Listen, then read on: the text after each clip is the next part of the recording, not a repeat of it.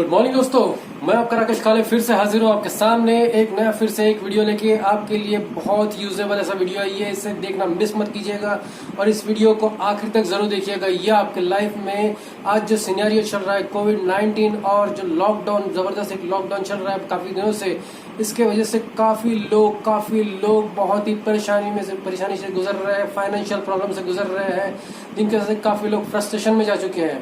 तो ये प्रॉब्लम्स क्या है, क्या एक्चुअल में जो हो रहा है हमारी लाइफ में लॉकडाउन की वजह से क्या हुआ है कि बहुत लोगों के जॉब जा चुके हैं, बहुत लोगों की इनकम बंद हो चुकी है, बहुत लोगों के रिसोर्सेज जो है इनकम के वो क्लोज हो चुके हैं। लेकिन हमें जो पैसा हर महीने चाहिए, जो हमारे एक्सपेंसेस है, जो हमारे जो कुछ भी खरीदी है, जो कुछ भी पर्सनल नीड्स है, वो हम कंट्रोल नहीं कर सकते हैं, क्योंकि वो जो जरूरी चीजें है वो हमें करना ही करना है। तो ऐसे में क्या होता है दोस्तों कि हमारी अगर इनकमिंग कम हो गई और आउटगोइंग एज इट इज जैसी की वैसी है, तो ऐसे में पैसों की तंगी आना जायज है। और इस पैसों की तंगी से, फाइनेंशियल प्रॉब्लम से, फाइनेंशियल फ्रस्ट्रेशन से हर कोई इंसान प्रभावित हो चुका है, हर कोई इंसान त्रस्त हो चुका है। तो ऐसे इसमें क्या है कि हमें अपने पैसों का योग्य तरह से उसका नियोजन करना बहुत जरूरी होता है, क्योंकि आने वाले समय में ऐसी सिचुएशन अगर फिर से आ जाए तो हम जो कुछ भी इनकम कमा रहे हैं, जो कुछ भी हमारी इनकम है, जो कुछ भी सैलरी है, जो कुछ भी हमारा बिजनेस इनकम है, उस इनकम को ऐसे समय के लिए हमें बनाए रखना बहुत जरूरी है। तो इन सिचुएशन से कैसे बाहर निकला जाए, इस सिचुएशन से कैसे हैंडल किया जाए, इस सिचुएशन आने वाले फ्यूचर में अगर ऐसी सिचुएशन आती है तो हम लोग किस तरह उसके लिए प्रिपेयर हो, ये बहुत जरूरी होता है। तो आइए आज के वीडियो में हम लोग यही सब सीखने जाएंगे, इसीलिए ये वीडियो आप आखिरी तक के मिस मत कीजिएगा दोस्तों, क्योंकि इस वीडियो को देखने के बाद हो सकता है कि आपकी लाइफ में बहुत बड़ा परिवर्तन आ जाए। आप जो कुछ भी चाहते थे, फाइनेंशियल सपने जो कुछ भी आपके हैं वो पूरे हो जाए, जो कुछ भी आपने अपने पर्सनल लाइफ के बारे में जो आप सोच रहे हो ग्रोथ के बारे में, वो ग्रोथ आप हासिल कर लो। तो दोस्तों, अगर हमें फाइनेंशियली स्ट्रांग होना है और अपने आने वाले लाइफ में इस टाइप की सिचुएशन से अगर बचना है, तो हमें आज ही अपने लाइफ में कुछ ऐसी आदतें लगाना पड़ेगा जिससे कि आने वाले समय में हम इस सिचुएशन से बच सके। क्योंकि आज से ही इसलिए बचना पड़ेगा क्योंकि ऐसा है दोस्तों कि हम मान लीजिए कि जहाँ एक कहावत है, बहुत ही अच्छी कहावत है कि जब भी वक्त होता है तो समझदारी नहीं होती, और जब तक समझदारी आती है तो वक्त निकल जाता है। ये वक्त निकलने के पहले ही हमें सिचुएशन समझना पड़ेगा और सिचुएशन के हिसाब से हमें आज ही अपने आप को उन सब आदतों को लगाना पड़ेगा। सबसे पहली जो आदत होती है दोस्तों वो होता है कि हमारे पर्सनल फाइनेंस को प्रॉपर यूज करना। पर्सनल फाइनेंस जो भी आ रहा है, पर्सनल इनकम जो भी हमारी आ रही है, उसके ऊपर कंट्रोल रखना। कंट्रोल रखना है कहने क्या होता है कि हमारे जो कुछ भी मंथली इनकम है, आपके जॉब से आ रहा है, बिजनेस से आ रहा है, या आपके जो भी रिसोर्सेस है, उनका एक प्रॉपर वे में यूज करना। वो यूज किस तरह से होता है, क्या होता है कि हम लोग जो कुछ भी इनकम आती है वो इनकम में बेसिकली हर इंसान, जनरल बहुत सारे इंसान यही करते हैं कि हमारे पास जो भी इनकम आ रही है वो इनकम माइनस उसमें से एक्सपेंसेस करते हैं, और जो कुछ भी उसमें से रिमेनिंग अमाउंट होता है उसको डालते हैं हम लोग सेविंग्स में। लेकिन आने वाले समय के लिए अगर हमको कुछ तैयारी करना है, कुछ अच्छा करना है, तो इसके लिए हमें हमारे फॉर्मूले को चेंज करना पड़ेगा। काफी बड़े बड़े फाइनेंशियल एडवाइजर यही सजेस्ट करते हैं कि हमारे पास जो कुछ भी इनकम आ रही है, वो इनकम में से सबसे पहले सेविंग्स निकाल लीजिए। इनकम माइनस सेविंग्स, उसके बाद में जो अमाउंट बचता है उसी को हम लोग डालेंगे अपने एक्सपेंसेस में। इससे क्या होगा, जब तक कि हम लोग जबरदस्ती हमारे अमाउंट में से, हमारे इनकम में से अगर सेविंग्स नहीं निकालेंगे तो सेविंग्स हम बचा नहीं पाएंगे।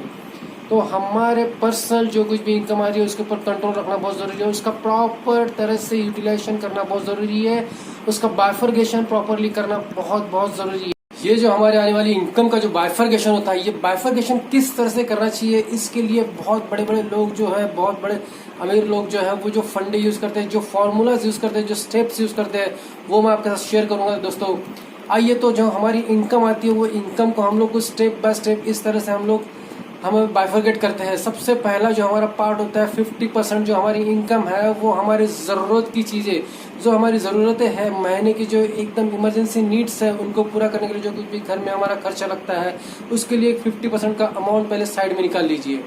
उसके बाद में जो 10% का अमाउंट होता है, वो 10% का अमाउंट हमारे आने वाले भविष्य में, हमारे कुछ सपने, हमारे कुछ आप लोग के लिए जो कुछ भी हम लोग एक बड़ा सोच रहा है, उस सपनों को पूरा करने के लिए हमें हमारा अमाउंट 10% का अमाउंट इन्वेस्टमेंट में डालना चाहिए। अब ये इन्वेस्टमेंट अलग अलग टाइप्स के इन्वेस्टमेंट्स होते हैं, जैसे मान लीजिए कि आप एफडी कर सकते हैं, गोल्ड ले सकते हैं, म्यूचुअल फंड्स में इन्वेस्ट कर सकते हैं, शेयर मार्केट्स में इन्वेस्ट कर सकते हैं, या फिर प्रॉपर्टी में सबसे ज़्यादा प्रॉफिट जिसमें होता है वो होता है रियल इस्टेट में इन्वेस्टमेंट करना। तो इसमें से कौन सा ऑप्शन आपके लिए सुटेबल है, उसमें आप इन्वेस्टमेंट कर सकते हैं। उसके बाद में 10% जो होता है वो अमाउंट हमको रखना पड़ता है हमारे बचत खाते में। बचत खाता यानी हमारा सेविंग अकाउंट्स। क्योंकि दोस्तों होता क्या है कि हम लोग जो भी हमारे सेविंग्स रखते हैं, सेविंग्स एक लिक्विड फंड हमारे पास हमेशा अवेलेबल रहना जरूरी होता है। क्योंकि लिक्विड फंड क्या होता है, हमारा कभी इमरजेंसी आ गया, कभी मेडिकल्स लग गया, कुछ हो गया, कुछ भी बातें ऐसी आ जाती है कि उसमें कैश का जरूरत होता है। और इमरजेंसी में अगर ये सेविंग्स फंड में हमारे पास पैसा रहता है तो वो फंड हमें बहुत काम में आता है। उसके बाद में जो फंड होता है वो होता है रिपीटेटिव, हमारे जो कुछ भी एक्सपेंसेस आने वाले हैं साल में, ईयरली 6 मंथ में, तो ऐसे फंड्स के लिए अगर हम हर महीने में कुछ सेविंग्स अगर निकाल लेते हैं रेगुलरली, तो वो फंड का लोड हमारे ऊपर एकदम से नहीं आएगा। उसके बाद में जो 10% होता है वो होता है 10% हमारे सेल्फ डेवलपमेंट, हमारा एंजॉयमेंट। क्योंकि क्या होता है दोस्तों कि अगर हम लोग पैसे कमा रहे हैं, पैसा अच्छा खासा पैसा कमा रहे हैं, लेकिन हम खुद के ऊपर खर्चा नहीं कर रहे, खुद के डेवलपमेंट पे खर्चा नहीं कर रहे, खुद के कपड़ों पे खर्चा नहीं कर रहे, अगर हमारे बिजनेस के लिए कोई नीड्स है जैसे मोबाइल ज़रूरी है, तो ऐसी अगर चीज़ों पे हम लोग खर्च नहीं कर रहे, या हमारे जो कुछ भी पैसा आता है उस पैसों से फैमिली के साथ में एंजॉयमेंट नहीं कर रहे, तो हमारे लाइफ में हमारे पैसों का कोई इंपॉर्टेंस नहीं रह जाएगा। तो ये 10% का इनकम जो होता है हमारे डेवलपमेंट, सेल्फ डेवलपमेंट और एंजॉयमेंट के लिए रखिए। और 10% का जो फंड होता है, 10% का फंड हम लोग रखते हैं हमारे इमरजेंसी नीड्स के लिए। इमरजेंसी नीड्स में हमारे क्या आता है, बेसिकली हमारे इमरजेंसी नीड्स जो होता है वो होता है फाइनेंशियल प्रॉब्लम्स इन मेडिकल्स। क्योंकि आजकल क्या होता है, बड़ी बड़ी जो बीमारियां होती है, बड़ी बड़ी मेडिकल प्रॉब्लम्स जो आती है, उसमें इंसान के पूरी लाइफ भर की सेविंग्स निकल जाती है। तो ऐसे इमरजेंसीज के लिए हम हमारे फैमिली का एक अच्छा सा मेडिक्लेम लेना बहुत ज़रूरी होता है। उसके बाद में देखिए दोस्तों, जब तक हम लोग हैं तब तक हमारे फैमिली को फाइनेंशियली बैकअप देते रहेंगे, लेकिन हमारे बाद में क्या हमारी पूरी इनकम रुक जाती है, हमारे इनकम से इनकम आना बंद हो जाता है। तो ऐसे समय पे हमारा अगर एक अच्छा टर्म प्लान अगर रहता है, तो वो टर्म प्लान की वजह से हमारे फैमिली को एक फाइनेंशियल बैकअप मिलता रहेगा। तो इस तरह से हम लोग स्टेप बाय स्टेप हमारे जो आने वाली इनकम है, हमारी मंथली जो इनकम है, इसको एक सेपरेट बाइफरकेट करते हैं हम लोग। तो इसके बाद आते हैं हम लोग नेक्स्ट पॉइंट पे। तो दोस्तों पहला पॉइंट हमने देख लिया कि हमारे जो आने वाली मंथली इनकम है उसको कंट्रोल कैसे करें, उसको मैनेज कैसे करें, उसको बाइफरकेट कैसे करें। लेकिन ये बाइफरकेशंस करने के लिए सबसे पहले तो हमारे पास इनकम आना बहुत ज़रूरी है। और जो इनकम आ रही है अगर हम लोग उसी में मैनेज करते रहेंगे तो हम हमारे लाइफ में डेवलपमेंट्स कभी नहीं ला सकेंगे। तो लाइफ में अगर आपको डेवलपमेंट लाना है, लाइफ में तरक्की करना है, तो आपकी जो इनकम है उस इनकम को भी स्टेप बाय स्टेप बढ़ाना बहुत ज़रूरी है। और ये जो इनकम होती है स्टेप बाय स्टेप बढ़ाने के लिए सबसे पहले हमें जानना पड़ेगा कि इनकम किस टाइप की होती है। तो इनकम के बेसिकली 3 मेन टाइप्स होते हैं।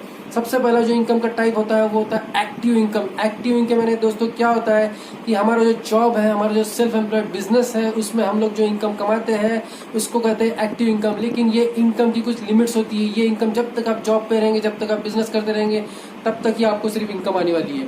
लेकिन इसके बाद में जो दूसरा पॉइंट होता है वो होता है पैसिव इनकम। पैसिव इनकम यानी एक ऐसी इनकम है दोस्तों कि आप जब तक जॉब कर रहे हैं, आप जब तक बिजनेस कर रहे हैं, तब तक भी आपको बिजनेस पैसा मिल रहा है। उसके बाद में भी आपको उसके माध्यम से, उस बिजनेस के माध्यम से, उस जॉब के माध्यम से, या वो जो काम आपने किया हुआ है उसके माध्यम से जो कुछ भी इनकम आ रही है उसको कहते हैं पैसिव इनकम।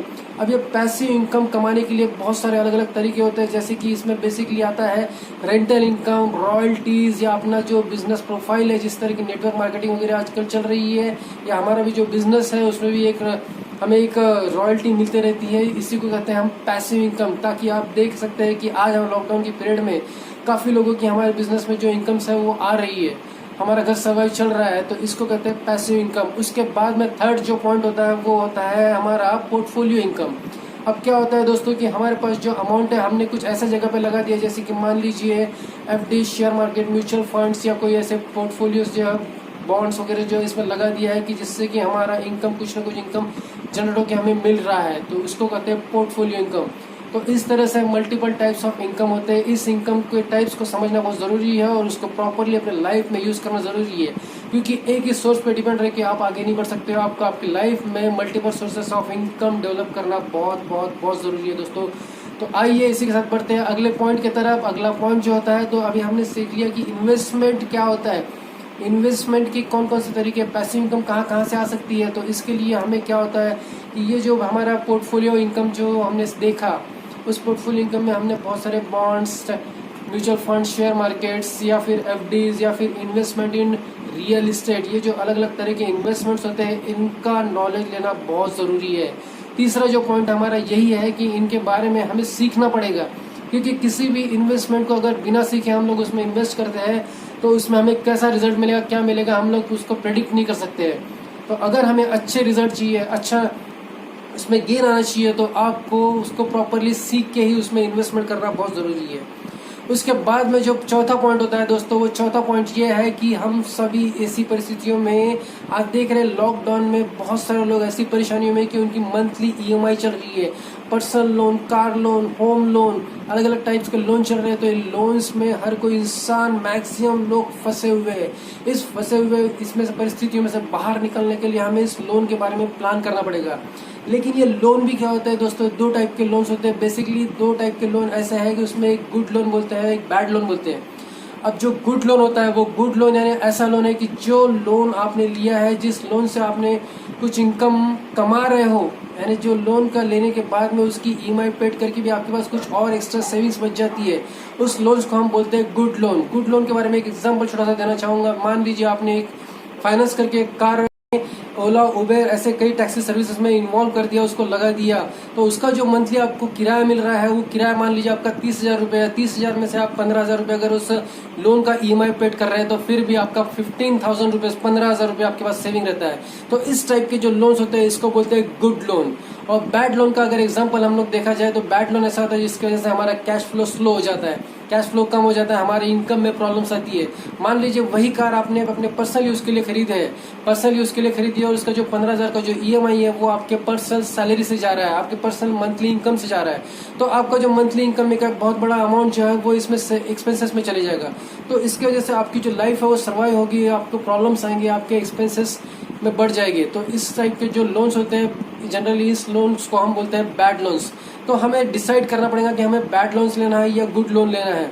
अब ये लोन के इसमें बहुत सारे लोग जो फंसे हुए हैं, ऑलरेडी हमने एग्जिस्टिंग ईएमआई बना के रख ली है, personal loan, housing loan, gold loan, educational loan, अलग अलग टाइप्स के लोन्स होते हैं। तो लेकिन अब क्या, जो लोगों ने इस लोन ले चुके हैं, उस ईएमआई में से उनको किस तरह से बचा जा सकता है, या किस तरह से हमें प्लान करना पड़ेगा ऐसे फाइनेंशियल सिचुएशन से निकलने के लिए, फाइनेंशियल प्रॉब्लम से निकलने के लिए, इसका भी एक बहुत ही अच्छा रास्ता है। इसमें क्या होता है कि देखिए, हर टाइप्स के लोन जो होते हैं, personal loan, housing loans, education loans या क्रेडिट कार्ड्स, ये सभी लोन्स के परसेंटेज अलग अलग होते हैं, उनका रेट ऑफ इंटरेस्ट अलग अलग होता है। तो अगर हमको इन सभी लोन में से सुरक्षित और सेफली और आसानी से जल्द से जल्द बाहर निकलना है, तो हमको सबसे पहले इस लोन्स के जो रेट ऑफ इंटरेस्ट है, उसके हिसाब से उस लोन्स को प्रियोरिटी में क्लोज करना बहुत जरूरी है।